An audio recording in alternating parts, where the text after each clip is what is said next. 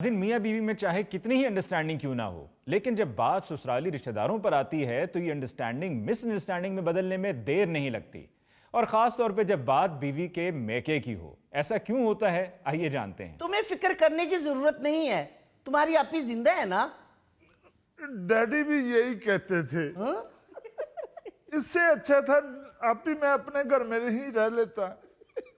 वैसे मामू, आप अपने घर में रह लेते ना तो मेरी जिंदगी भी आरामदेह और पुरसकून गुजरती। शर्फू, वो पहले ही परेशान है, देखो उसका मुंह कितना उतर आया है।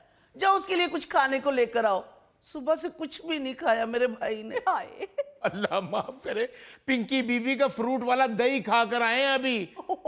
मैं तो सोच रहा हूँ कि बीबी जी उठकर पूछेंगे तो मैं क्या बताऊंगा। देख रही हैं आप ही, किसी को मेरी परेशानी की फिक्र नहीं है, अपनी चीजों की फिक्र है। अभी से ये हाल है तो बाद में क्या होगा। ना मेरा भाई, तू फिक्र ना कर, कुछ नहीं होता। मेरे होते हुए किसी की जरूरत है कि कोई मेरे भाई को कुछ कहे? भाईजान रोजाना आपके सामने ही मुझे बातें सुनाते हैं। वो बातें सुनाते नहीं, बताते हैं, और वो होती भी सच्ची हैं। शर्फू के बच्चे, पहले तुम्हारा कुछ करना पड़ेगा। जाओ किचन में से उसके लिए चाय लेकर आओ। जी बेहतर, मैं पहले बता दूं, 12 तेरी रस पड़े हुए हैं। देखा, मेरी चाय से पहले रस भी खत्म कर देते हैं। चलो जितने भी हैं वो तो खाओ ना। आप ही मुझे लगता है कि भाईजान मुझे वापस भेज देंगे। मैं आपके बगैर जिंदा नहीं रह सकता। वैसे भी डैडी ने कहा हाँ हाँ, मुझे पता है, डैडी ने कहा था कि अपने भाईजान का साथ ना छोड़ना। आपके भाईजान आएंगे ना, मैं उनसे बात करूंगी। खैर है, आज अब्दुल सलाम कुछ ज्यादा ही परेशान दिखाई दे रहा है। जी वो दरअसल मामू, शर्फू बता रहा था कि मामू रो रहे हैं। हाँ, मामू तेरा परेशान है बेचारा। अम्मा, घर में बेसन और आलू तो पड़े हुए हैं ना। क्यों? वो मामू जब भी परेशान होते हैं तो पकौड़े खाते हैं। सिर्फ इस बच्चे को ख्याल है मेरा। तो मामू परेशान क्यों है? किसी उधार लेने वाले ने शिकायत तो नहीं कर दी? नहीं। वो अम्मा, पिछली मर्तबा भी वो मस्जिद की दुकान वाले ने मामू की शिकायत लगाई थी। मगर हुआ क्या है अब्दुल सलाम को, कुछ तो बताए ना। हाँ, वो अंकल ने डांटा है ना इनको, इसीलिए परेशान है। अब्बू ने? मगर क्यों? तुम कमरे से बाहर निकलो तो तुम्हें कुछ पता चले ना। तुम्हारे चाचा जान तशरीफ ला रहे हैं और कर्नल साहब ने कहा है कि वो 2 माह यहीं रहेंगे। तो अच्छी बात है। वो कौन सा बुलडोजर लेके आ रहे हैं जो मामू परेशान है? ओहो, मामू ने अंकल को कह दिया है ना कि अगर चचा यहाँ पे आके रहेंगे तो फिर मैं कहाँ रहूंगा। ओ बीबी, नमक मिर्च ना लगाओ, जाओ जाके अपना काम करो। मैंने क्या कह दिया है? मैंने क्या कह दिया है? अगर ऐसी बात थी तो अब्बू ने डांटा क्यों? बस इसने इतना कह दिया कि चचा जान होटल में नहीं ठहर सकते। बस इतनी सी बात पे वो शुरू हो गए। इतनी सी बात? शुक्र करें साहब जी ने मामू जी को घर से नहीं निकाल दिया, वरना जितने गुस्से में साहब जी थे, मुझे तो डर था कि मामू को फेंटी ना पड़ जाए। हाय हाय, ऐसे कैसे पड़ जाएगी फैटी? मेरे भाई को कोई हाथ तो लगा के देखे। आते हैं ना कर्नल साहब, मैं खुद बात करती हूँ। मामू, बेगम साहबा ने बात की तो साहब ने आपको घर से निकाल देना है। आए अंदर आके इस घर की आखिरी चाय पी लें। शर्फू जी। अदरक वाली चाय बना के लाओ। ऐसे मौसम में तुम्हारे हाथ की चाय पीने का बहुत मजा आता है। ऐसे भी बना देगा, गन पॉइंट पे क्यों ऑर्डर दे रहे? बैठो। शिकारी हूं ना मैं, शिकारी। यार शिकारी हो, वो तो लगड़ बग्गा नहीं है ना। जाओ बेटे, चाय बना के लाओ जल्दी से। साहब जी, चाय के साथ कुछ लाना भी है? हाँ, वो शामी कबाब ले आओ। शामी? वो तो अल्लाह की कसम मैंने नहीं खाए। मामू, वो जिस पे केचप डाल के खा रहे थे वो शामी थे, कैरम बोर्ड की गोटियां नहीं थी। पैटिस ले आओ जाके। सर, पेटिस एक पड़ा हुआ ले आओ जाके। वैसे मैं सोच रहा हूं कि आप सबको शुक्र अदा करना चाहिए कि अब्दुल सलाम सिर्फ खाने पीने की चीजें खाता है, वरना ऐसे लोग तो सर्कस में शीशा भी खा जाते हैं। वाह वाह, शीशा खा के ऊपर से दूध पी लेते हैं। दुरानी भाई, शामी क्या खत्म हुए? आप तो गुस्सा ही कर गए। ओ भाभी जी, शामी खत्म हो गए इसलिए मुझे गुस्सा नहीं है। मुझे तो इस बात पे गुस्सा है इस घर के शामी खत्म हो गए घर के चिराग से। मामू मुबारक हो, अंकल आपको घर का चिराग कह रहे हैं। वैसे करना सब कमाल है आपके दोस्तों की। जरा सी उनकी मर्जी की कोई चीज ना मिले तो ये बातें बनाने लग पड़ते हैं। कुछ सोच समझ के बात किया करो। दुरानी सिर्फ मेरा दोस्त ही नहीं है, मेरे बेटे का ससुर भी है। जी हाँ, ये ससुराल ही तो लड़ गया है, एक मेरा ससुराल और एक मेरे बेटे का ससुराल। अजीब, तुम दोनों बहन भाई मुंह फाटो, जो आपके मुंह में आता है बोल देते हो। कुद्दूस साहब, बहस आपकी अपनी बेगम से हो रही है और आप उनके भाई को यानी कि अब्दुल सलाम को बीच में खामखा घसीट रहे हैं। और जी भाई भी इसका ऐसा ही है, जो मुंह में आता है बाहर निकाल देता है। उस दिन मेरा वो दोस्त आया हुआ था मलक असलम, उस बेचारे का कद छोटा सा है और उसकी बेगम जो है वो दराज कद है। अच्छा, तो उसकी बेगम को सामने ही कह दिया कि क्या जल्दी थी बहन आपको शादी की, मलक साहब थोड़े बड़े हो जाते फिर शादी कर लेते। भाईजान मैंने तो उनको मोहब्बत से कहा था। वाह क्या बात है अब्दुल सलाम, जब तुम ऐसा मुंह बनाते हो तो मुझे हाथी का वो बच्चा याद आ जाता है जो जंगल में खेलने के लिए मेरी जीप को टकरे मारता है और जब मैं वापस आने लगता हूं तो वो मुझे बड़े प्यार से कहता है, दुरानी अंकल मुझे माफ कर देना, मैं तो प्यार से टकरे मार रहा था। और अंकल यकीनन उसको ये जुमले आपने ही सिखाए होंगे, क्योंकि जंगल में उनको और कोई टीचर दस्तयाब नहीं है। नो नॉट एट ऑल, मैंने तो हाथी की बड़ी बहन को इंग्लिश सिखाई थी, लेकिन ये हाथियों की याददाश्त इतनी तेज होती है कि ये इर्द गिर्द से भी काफी कुछ सीख लेते हैं। इसका तो मतलब है कि जिस जंगल में आप जाते हैं वहां पर हाथी अंग्रेज बनकर घूम रहे होंगे। Yes definite. अली साहब ये जो कैदे में ई फॉर एलिफेंट है ये मैंने ही शामिल कराया था। जबरदस्त। जी हाँ, बड़ी सर्विसेज हैं जी माशाल्लाह ये दुरानी की जंगल के हवाले से। ये जो बंदर दरख्तों के ऊपर पटोसियां मारते फिरते हैं ये इसी की ट्रेनिंग है। वाह, वरना मैंने सुना है बंदर पहले जंगल में पैदल फिरा करते थे। ओ भाई मैंने उन्हें सिखाई नहीं, उन्होंने मुझे देख के खुद ही पटोसियां मारनी शुरू कर दी थी। जिस तरह बच्चे बुजुर्गों को देख के खुशी से नाचते हैं। क्या कह रहे हो अब्दुल सलाम? जंगल में मोर नाचा किसने देखा? अली साहब मैंने देखा 3 दफा। अच्छा तो दुरानी साहब फिर ये भी बता दें, आपका माशाल्लाह इतना मुशाहिदा है, ऑफ कोर्स। ये जो जंगल में मोर नाचता है ये खुशी से नाचता है या रोजी रोटी के लिए नाचता है? बस अली साहब 100 मजबूरियां होंदियां करा दियां। अंकल, वो चाचू जमील कब तक आएंगे? बस बेटा आने वाला ही होगा। डैडी अगर आप कहें तो हम जाके उनको स्टेशन से ले आते हैं। नहीं, मैंने इरफान को फोन कर दिया था, उसका ऑफिस स्टेशन के साथ ही है ना, वो उसे पिक कर लेगा। जी, दामाद रिसीव भी कर लेगा और घर भी ले आएगा। वैसे अंकल आपको नहीं लगता कि चाचू को होटल में ठहरा देना चाहिए? पता नहीं घर पे कंफर्टेबल फील करें या ना करें। बेटा मैं तो आपको बड़ा अक्लमंद समझता था।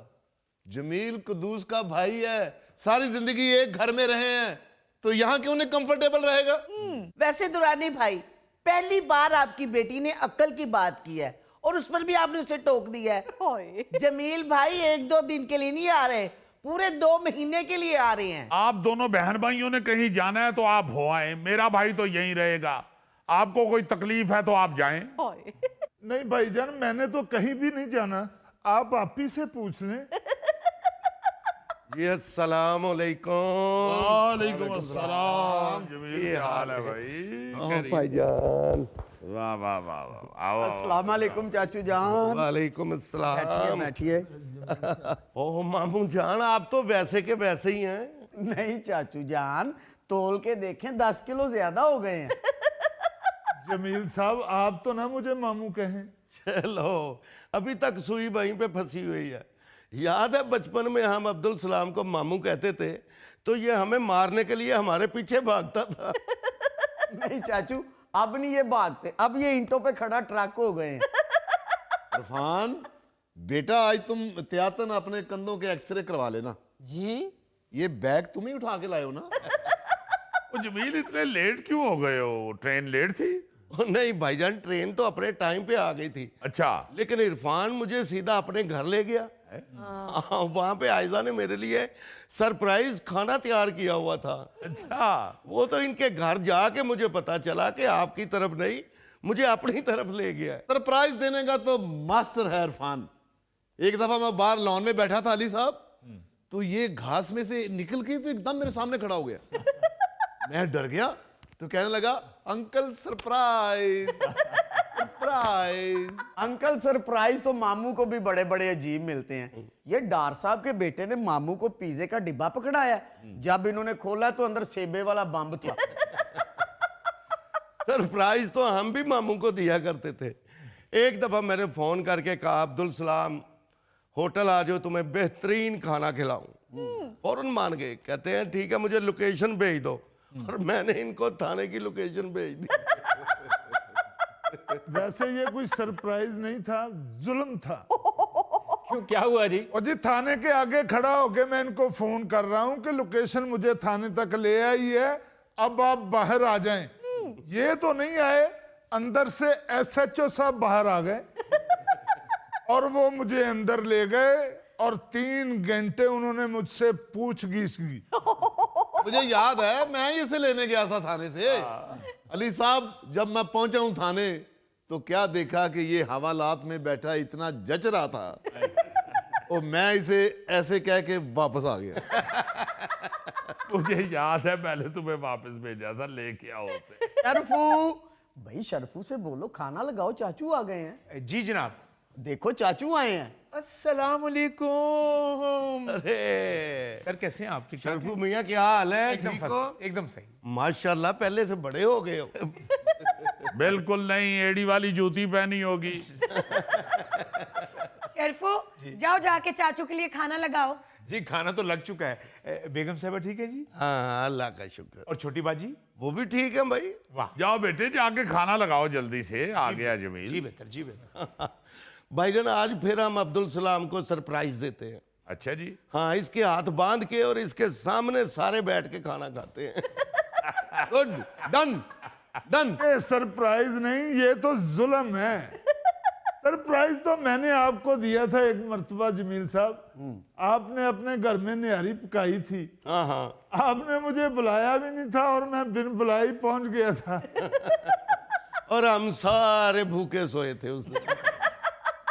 यार कुदूस, सरप्राइज तो मुझे इरफान का याद है जो इसने अपनी शादी पे दिया था।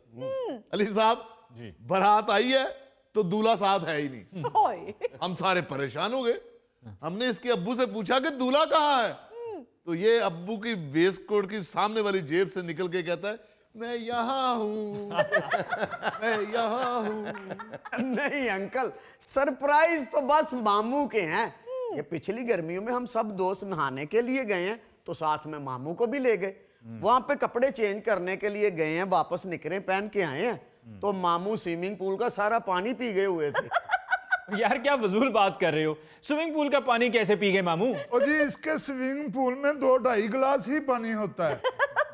एवरीबॉडी, खाना लग गया है। चलो भाई। और ये जमील का सामान पकड़ है, ये छोटा सा बैग, वो सामान कहाँ है तुम्हारा? वो भाईजान ये तो आपके लिए थोड़े से गिफ्ट्स हैं। अपना सामान मैं गेस्ट हाउस में रख के आया हूँ। क्या मतलब? और मैंने सोचा 2 महीने रहना है तो उधर ही रह लूंगा गेस्ट हाउस में। और भाईजान आप फिक्र ना करें, मैं रोज आता जाता रहूंगा। यार क्या बेवकूफों वाली बात कर रहे हो। सनी जी। इरफान को साथ लेके जाओ, ये चाचू का सामान लेके आओ गेस्ट हाउस से। जी पापा। जब जमील कह रहा है कि मैं गेस्ट हाउस में रह लूंगा, तो आप क्यों परेशान हो रहे हैं? तुम क्यों बीच में बोल रही हो? आराम से बैठो, जाओ इसका सामान लेके आओ। जी डैडी। वैसे माफ कीजिएगा मोहतरमा, आपका घरेलू मामला है, लेकिन अगर आपके शौहर के भाई शहर में आए हुए हैं और उसी शहर में कि जिसमें उनके भाई का घर है, तो फिर गेस्ट हाउस में रहने के बजाय उनको घर में रहना चाहिए। जी हाँ, मेरे लिए शर्मिंदगी का बाइस है मेरा सगा भाई आया हो शहर में और जाके गेस्ट हाउस में रहे। बिल्कुल। और नहीं भाईजान, मैं तो सिर्फ इसलिए कह रहा था बाजी तंग ना हो। ना भाई, मैंने क्या तंग होना है, आप रहें अपने भाई के घर में। देखा है, ये रवैये बताते हैं, रवैये बताते हैं असल में अली मुमताज साहब कि दूसरे ने आपके साथ किस हद तक मिलना है। जी। इसको ये कभी नहीं महसूस हुआ कि जो मेहमान आ रहा है कम से कम उसके सामने तो अपना रवैया ऐसा रखा जाए कि वो खुशी खुशी हमारे घर में आए। ये ना हो कि अपना मुंह सुजा के उसे वेलकम कर रहे हो और वो बेचारा शर्मिंदगी महसूस कर रहा हो कि मैं क्यों इनके घर में आ गया हूं। जी बिल्कुल। मैंने कभी आपको एहसास दिलाया कि आपका भाई कई सालों से हमारे घर में रह रहा है और वो वाला भाई रह रहा है जो प्लेट में चावल नहीं डालता बल्कि दाल वाला पतीला चावलों वाले पतीले में डालता है। भाईजान मुझे तो डैडी ने कहा था कि भाईजान का साथ ना छोड़ना। अब मुझे भी मेरे डैडी ने कहा था कि अपने भाई का साथ ना छोड़। आओ यार खाओ खाना। नाज़रीन, इसके साथ ही हम लेते हैं